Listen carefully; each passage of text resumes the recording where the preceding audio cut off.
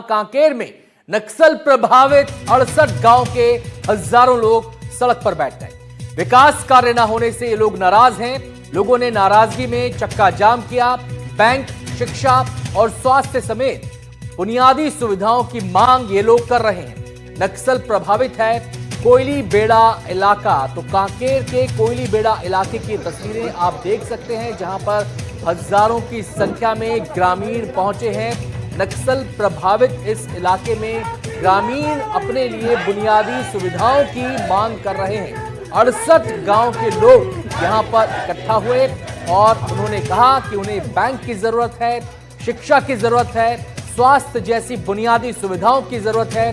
विकास कार्य न होने से ये लोग नाराज हैं और इसी नाराजगी को प्रदर्शित करने के लिए इन्होंने चक्का जाम कर दिया।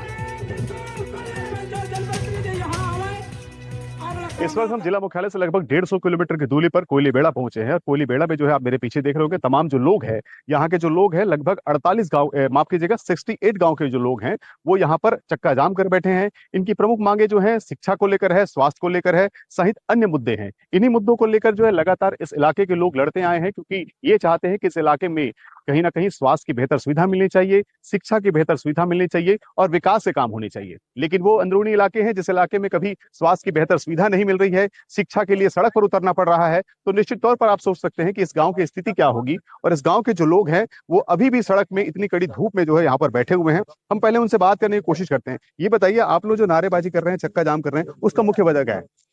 सर, कई वर्षों से लगातार कोयलीबेड़ा के जनप्रतिनिधि और कोयलीबेड़ा के जनपद से जितने जनप्रतिनिधि लगातार मांग करते आ रहे हैं। सर, आप देखिए, कांग्रेस की सरकार में भी मांग कर रहे थे और बीजेपी की सरकार भी मांग कर रहे थे। मैं जहां तक जानता हूं, अंदरूनी क्षेत्र की जितनी भी लड़कियां भानु प्रतापपुर या फिर कांकेर पढ़ने जाते हैं, उन लोग किसी न किसी के किराए घर में रहते हैं। उनके पास ज्यादा पैसा रहता नहीं है।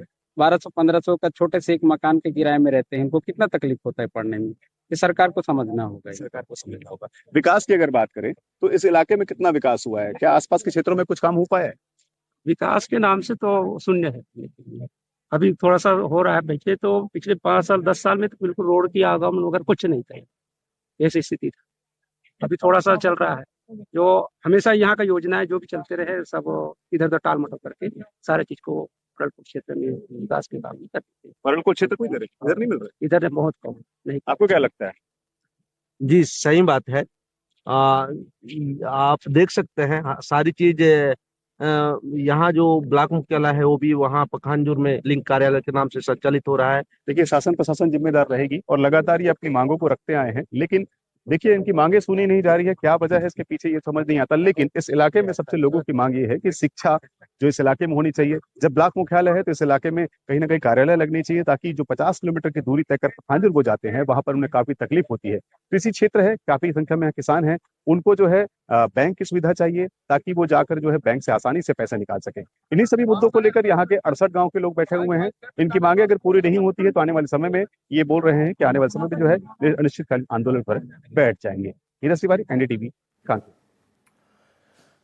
और अब रीवा से बड़ी खबर आपको दिखाते हैं। श्याम शाह चिकित्सा महाविद्यालय में हंगामा हुआ है। कॉलेज में छात्रों के 2 गुटों में मारपीट हो गई। फर्स्ट ईयर के छात्रों के बीच हुआ विवाद।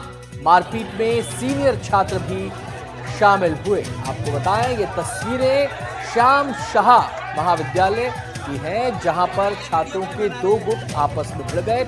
और जो जानकारी शुरुआती तौर पर निकल कर आई है कि जो छात्रों की भिड़ंत हुई है, ये फर्स्ट ईयर के छात्र थे, लेकिन कुछ सीनियर्स भी इसकी चपेट में आ गए मारपीट की, और वो भी इसमें शामिल हुए।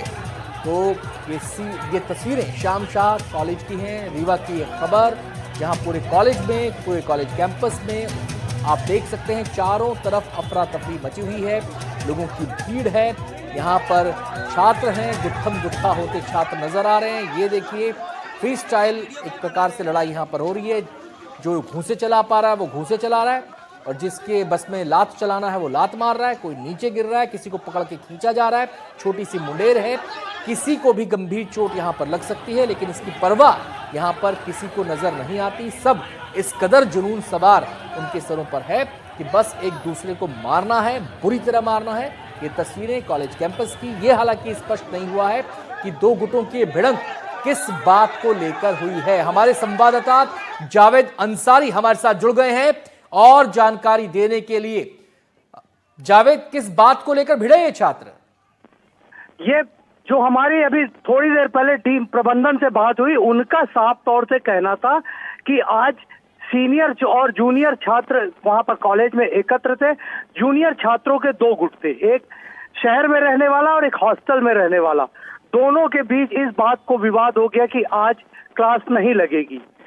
धीरे धीरे विवाद बढ़ता हुआ मारपीट में बदल गया।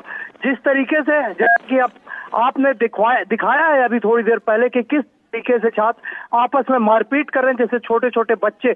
मेडिकल कॉलेज के ये छात्र हैं, कहीं से नहीं लग रहा कि ये मेडिकल कॉलेज के छात्र हैं। जमकर इनके बीच में मारपीट हो रही है। हालांकि अस्पताल प्रबंधन अब पूरे तीनों गुट को आपस में बैठाल कर कह रहा है कि हम समझाइश देंगे और समझाइश के बाद जो भी उचित कार्रवाई होगी वो करेंगे। फिलहाल अस्पताल के अंदर, कॉलेज के अंदर इस समय डीन सहित सीनियर छात्र, जूनियर छात्रों के सारे गुट मौजूद हैं। पुलिस भी यहाँ पर पहुंची हुई है समझाइश का दौर है। स्टूडेंट कौन होते हैं तय करने वाले कि क्लास लगेगी या नहीं लगेगी? ये काम तो फैकल्टी का होता है, ये काम तो कॉलेज प्रबंधन का होता है। एक स्केड्यूल होता है हर दिन का, उसके हिसाब से अलग अलग विषयों की क्लासेस लगती हैं। छात्र कौन होते हैं तय करने वाले क्लास लगेगी नहीं लगेगी? बिल्कुल आप सही कह रहे हैं। छात्रों की तो केवल काम है उनका पढ़ना, लेकिन जिस तरीके से छात्र अपनी मनमानी कर रहे हैं, कहीं ना कहीं इसमें अस्पताल, कॉलेज प्रबंधन की भी चूक नजर आती है। जिस तरीके से छात्रों के बीच मारपीट हुई, अब आप सोचिए, केवल क्लास को, जो फिलहाल जो डीन ने बताया उसके अनुसार केवल और केवल मामला छोटा सा क्लास लगाने की बात है। अब छात्र तय करेंगे कि हमें पढ़ना है या नहीं पढ़ना, अस्पताल कॉलेज प्रबंधन तय करेगा पढ़ना नहीं करना। तमाम तरीके के अब विवाद इसको लेकर खुलकर सामने आ रहे हैं। लेकिन ये और बताएं कि जिस कॉलेज की हम बात कर रहे हैं, शाह कॉलेज, ये सरकारी है या प्राइवेट है? तो ये सरकारी कॉलेज है, प्रदेश के सबसे बड़े कॉलेजों में से एक है। सबसे बड़ी बात है, प्रदेश के उप मुख्यमंत्री और स्वास्थ्य मंत्री का ये इलाका है। कॉलेज में तमाम तरीके की सुविधाएं उपलब्ध है। उसके बाद जिस तरीके से यहाँ पर मारपीट हो रही है, वो अपने आप में कई सवालों को जन्म देती है। लेकिन फिलहाल अभी इस पर कोई रोक टोक नजर नहीं आ रही है। तमाम तरीके के कॉलेज के अंदर तमाम गुट मौजूद हैं। अभी कुछ भी पुख्ता तरीके से नहीं कहा जा सकता कि क्या मामला सुलझेगा या और बढ़ेगा। हालांकि मेडिकल कॉलेज की बात की जाए तो यहाँ पर लगातार विवाद कहीं न कहीं नजर आता है। मतलब जूनियर और जावेद, यहाँ पर भी एडमिशन का पैमाना नीट में प्राप्त किए हुए अंक परसेंटाइल ही होगा ना? ये तो पैमाना नहीं था कि कौन कितना बड़ा फाइटर है। यहाँ पे तो सारे फाइटर नजर आ रहे हैं, डॉक्टर तो कम ही दिख रहे हैं यहाँ पर।